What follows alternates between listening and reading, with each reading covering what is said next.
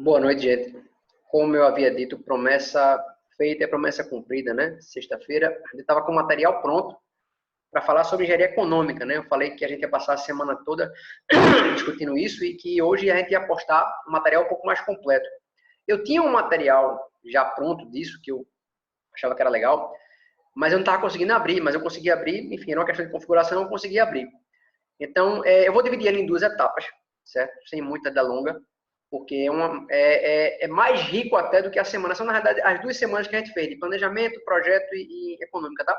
Eu vou fazer ele em 2 semanas, em 2 momentos. Essa é a primeira parte, e a gente vai começar a trabalhar esses conceitos, tá? Vou dividir aqui com vocês, porque fica mais legal de fazer a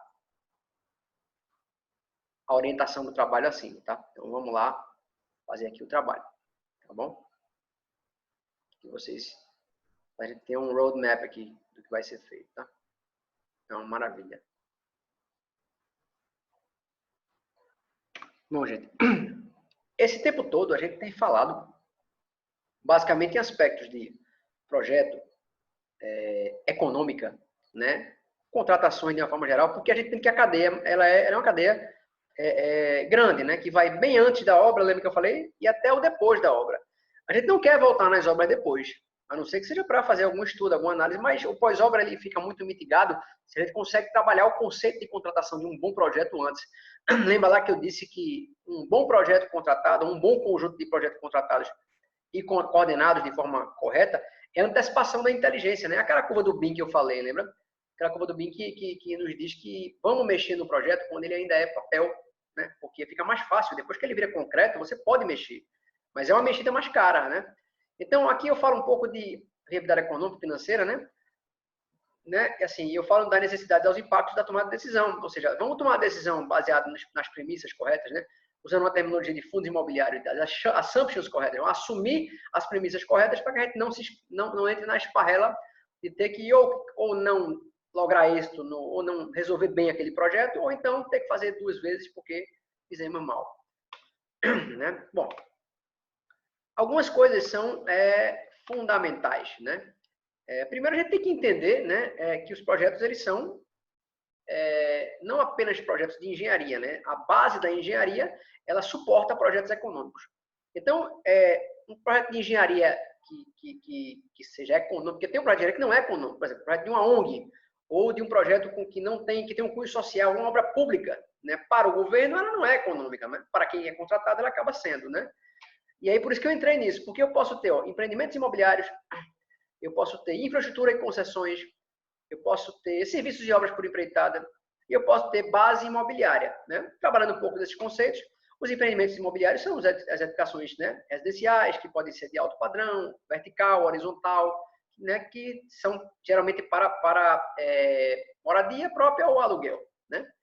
As concessões e infraestrutura não vamos entrar muito nisso, isso é um outro capítulo da história, né? Tem muitas formas de fazer, a gente tem as RDCs, tem um monte de questões a serem tratadas aqui. Isso aqui, na realidade, é uma pós-graduação específica, né? Os serviços de obras por empreitadas, a maioria dos serviços, né? Pequenas obras, reformas, serviços de engenharia, até grandes mesmo. E as empreitadas têm vários tipos, global, né? Preço unitário e tal. Também não é o que a gente quer aqui. A gente quer falar de inteligência. Isso está dentro de um escopo que depois a gente fala com mais calma, né? Cada bolinha dessa é um curso, na verdade, né? Os empreendimentos de base imobiliária, esses vale a pena um olhar um pouco mais detido, né? São aqueles shopping centers, as lojas, as lajes corporativas, são aqueles empreendimentos que você constrói para que gerem renda.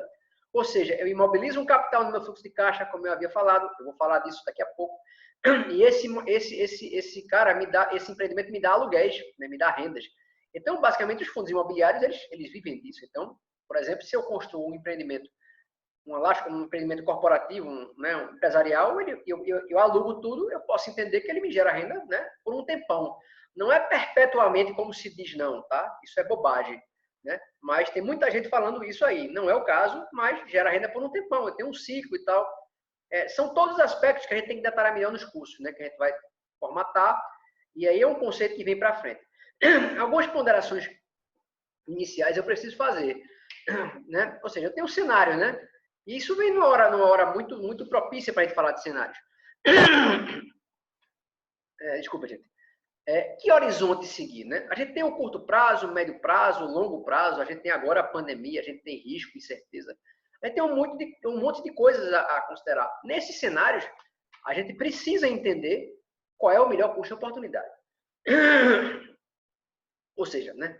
O custo de oportunidade, gente, o que é que a gente tem que analisar? Onde é que a gente vai botar o nosso investimento, o nosso dinheiro? Ou seja, o que é que eu estou deixando de fazer para fazer o que eu quero fazer? Eu tenho 2 projetos, então quando eu faço um projeto, eu deixei de fazer outro, porque eu não tenho recurso para tudo. Então, o custo de oportunidade de um projeto é não fazer o outro projeto. Por isso a decisão tem que ser correta para depois a gente não chorar o leite derramado, né? Porque se eu escolher o projeto errado, e aí tem uma série de aspectos que eu vou tratar, a gente acaba entrando na esparrela de, mais uma vez, não otimizar o dinheiro como deveria. Isso passa por risco e especialização, ou seja, eu tenho que fazer uma análise de risco, né? Assim, lembra que eu falei de risco, né? Que a gente vai, todo projeto econômico, eu monto um fluxo de caixa, esse fluxo de caixa tem receita e despesa, e aí eu tenho que entender qual é o risco daquilo, né? E esse risco tem muito a ver com o que eu sei fazer, a minha especialização. Então, se eu faço Minha Casa Minha Vida o tempo todo, e eu faço mais um Minha Casa Minha Vida, aquele risco é baixo. Por quê? Porque eu já entendo o mercado, já sei fazer. O meu lado de baixo do fluxo, a minha operação já controlo bem, os projetos eu conheço também. O meu lado da receita, meu público eu também já sei cadastro, receita, né, política de vendas, já está mais tranquilo, né? Quando eu não tenho especialização, eu vou entrar num horizonte novo e aí eu preciso ter um pouco mais de calma nisso, né? Eu tenho que ver a aderência do meu projeto, né, ao histórico da tipologia executada, ou seja, aquele projeto está compatível, né, com o que eu já executei ou com aquele local pede aquela tipologia. Resumindo, faz sentido eu fazer um alto luxo em um bairro que é de baixa renda, né? Isso às vezes é possível até, tá? Por exemplo, os empreendimentos de Alphaville muitas vezes são feitos em glebas urbanizáveis grandes, que, em regra, são feitas em locais de baixa renda. Então, você muda o vetor econômico do local. Isso é possível fazer. E é até desejável que se faça dentro de um princípio, dentro de um planejamento de expansão urbana, zoneamento urbano. Isso é muito, inclusive, isso é negociado com as prefeituras, né? Agora, é uma coisa de risco. Por quê? Porque a gente também conhece grandes empreendimentos que foram implantados e não tiveram êxito, né? Não na sua curva final. Até viraram VGV de lotes, mas não viraram casas. Então, aquele projeto acaba não tendo a completude do que deveria ter. Isso é um problema importante, né? A gestão do conhecimento, de conhecimento orgânica, com aderência ao projeto, o que é que eu estou querendo dizer com isso? Dentro da minha organização, dentro do meu orgânico, dentro da minha empresa, né, existe expertise para fazer aquilo, eu vou ter que contratar fora, porque é muito fácil dizer assim, não, mas eu contrato alguém que saiba fazer. Né? Não é tão simples assim, tá? Porque você vai ser o gestor, o alocador de recursos, e o cara vai ser o executivo do negócio, do projeto. Então, se não houver aderência, e até aderência pessoal, gente, até aderência das pessoas, né? Entenda que a gente não está trabalhando com robôs. Então, o conhecimento orgânico é o que fica. Ou seja, é o que está no DNA da empresa. Então, se o cara faz Minha Casa Minha Vida, ele pode fazer um empresarial de alto luxo com as corporativas com padrão altíssimo.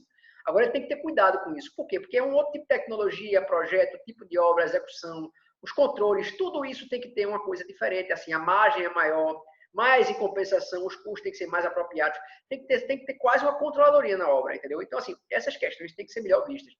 E mudar de tipologia. Eu conheço casos de gente que quebrou com isso.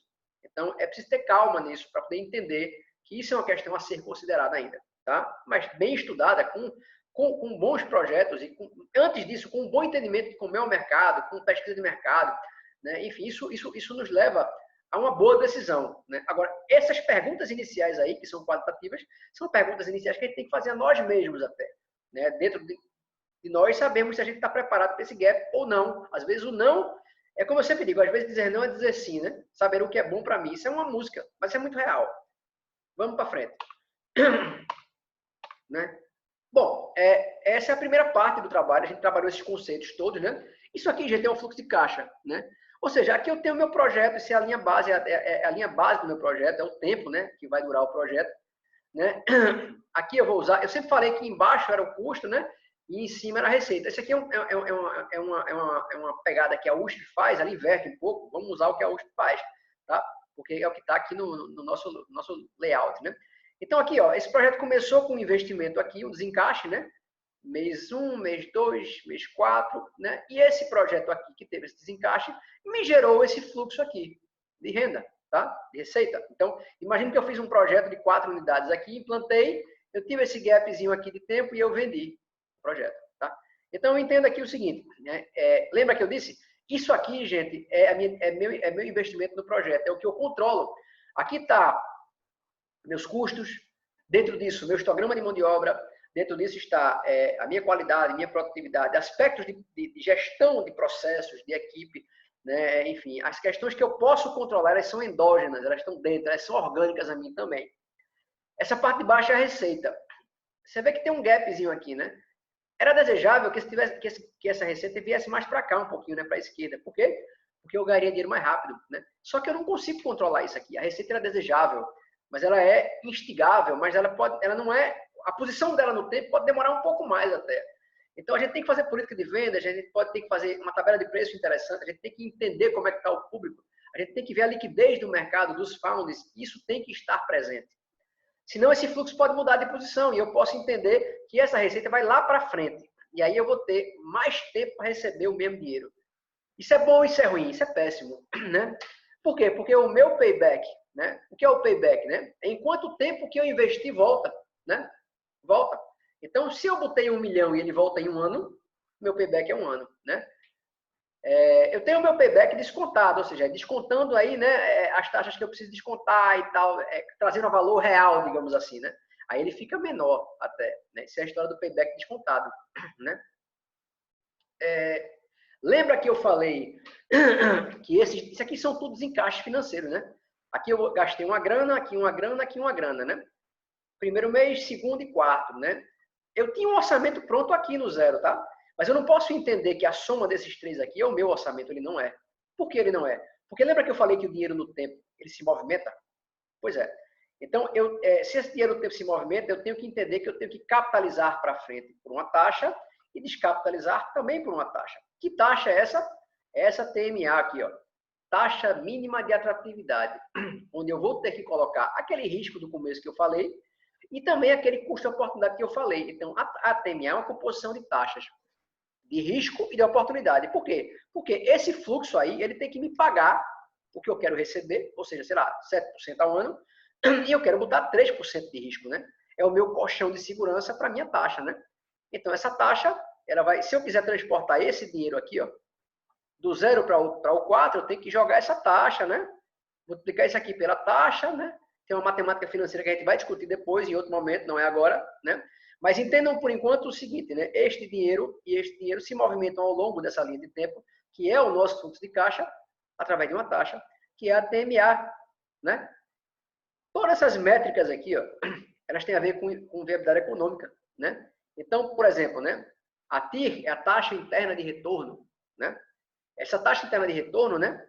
É uma taxa que todo fluxo tem, cada fluxo tem o seu, e seria assim, é a taxa máxima que aquele fluxo lhe daria, né? Se ele realmente fosse executado, né? É claro que a sua TMA, que é o que você quer, né? Seu custo de oportunidade e sua TMA, ele tem que ser menor que a TIR. Por quê? Porque se você considerar que a sua taxa é igual à sua TIR, é considerar que seu fluxo que você projetou é o que você vai executar. E não é. Porque nenhuma obra é feita conforme planejamento. Sempre tem uma bronquinha. Então, sua TMA tem que ser menor que sua TIR. A TIR é a taxa interna de retorno de um fluxo de caixa que tem receita e despesa que você projetou, né? Mas que, na realidade, a gente tem que entender que a TMA tem que ser menor. Por quê? Porque o que você projeta, você não consegue executar muitas vezes. Então, a gente não pode contar com a sorte, né? Esses outros conceitos aqui são derivações, né, naturais disso. O VPL é esse valor presente líquido, ou seja, quando eu pego esses fluxos todos que no tempo eles têm valores de dinheiro que não dá para comparar. Ah, Léo, e se eu quiser comparar? Se eu quiser comparar, gente, né, eu tenho, por exemplo, que pegar esse cara aqui que está no 1, 2, 3, 4, 5, 6, 7 e 8. Tem que pegar essa receita, né, e trazer a valor presente, né, dividindo pela minha taxa, minha TMA, elevado a 8, né, que é o tempo, né? Já que eu vou sempre multiplicando, eu tenho que voltar dividindo. Por exemplo, se eu quiser pegar esse investimento aqui, né, e jogar para o mês 8, eu pego esse investimento, que é um valor em reais, e multiplico por 1 mais a minha taxa elevado a 8 meses. Ele vem para cá capitalizado. Por quê? Porque esse dinheiro aqui tem que significar o mesmo poder de compra capitalizado aqui. Se eu venho multiplicando, eu volto dividindo. Ou seja, mas então fica uma maluquice, Léo, porque eu não consigo comparar coisas diferentes. Cada momento do fluxo tem uma taxa diferente, né? Aqui é elevado à primeira, aqui é o quadrado, aqui é o cubo, é a quarta e assim vai. É assim mesmo, isso é matemática financeira, gente. Tomar uma decisão sem ser assim não vale a pena não, viu? É melhor não tomar, né? O VPL é quando eu consigo botar tudo num lugar só, né? Então eu jogo tudo para a primeira data e aí eu consigo comparar despesa e receita. Vê que legal, né? Eu trago a valor presente todas as receitas e as despesas também. E adivinha o quê? Se eu trouxer a valor presente e minhas receitas forem maiores que minhas despesas, o VPL é positivo, bacana, né? Meu TIR, minha TMA e meu VPL bateram legal e o projeto ele é viável, eu posso fazer. Agora, se eu fizer uma projeção e quando eu trouxer meus valores futuros de receita a valor presente e der menor do que meu custo, do que meu investimento, gente, aí esse projeto não é viável nem desde o começo, viu? Não faça ele, não. Entendeu? Percebem que o que a gente fala lá na live e que a gente está aqui é um processo que tem que passar obrigatoriamente por uma matemática financeira, que não dá para falar aqui, é claro. Isso aí vai ser objeto de um outro momento da gente, onde a gente vai trabalhar esse conceito, inclusive calculando tudo isso. Vamos fazer os mesmos fluxos aqui, fazendo a métrica de cada cara desse aqui e discutindo o porquê de cada coisa, né? Isso aqui é uma obra, tá? Então, eu gastei aqui R$1 milhão e ganhei R$2 bilhões. Mas aqui eu tive um gap de 2 meses. E se fossem 2 anos? Né? Aí a divisão aqui seria diferente. Então, não daria o mesmo resultado positivo. Concorda comigo? Então, é isso, gente. São os aspectos fundamentais. Eu queria dar esse primeiro toque hoje. Isso vai se multiplicar numa parte 2, claro, que é... Eu tenho mais coisa para frente, ó. Tá vendo? Análise de qualidade de investimento, que você tem que botar. Né? Tá vendo? Isso vai virar um SWOT e tal, e a gente vai voltar para cá, para no próximo momento da gente, a gente faz a parte 2 já, tratando dos aspectos mais gerais desse negócio, porque é o que fica como decisão. Lembrem, a nova economia que virá vai ter que passar por isso aqui, de forma muito mais elaborada até, mas passando pelos conceitos fundamentais que a gente vai trabalhar aqui também, tá bom? Ficamos por aqui. E a gente agradece, acompanha a gente lá e a gente está aqui no canal, a gente está em todo canto tentando disseminar o que a gente entende que é um bom conhecimento. Beleza? Eu agradeço demais vocês. Enfim, fiquem com a gente está tentando multiplicar o que a gente acredita. Tá certo, gente? Obrigado, valeu e até a próxima, gente.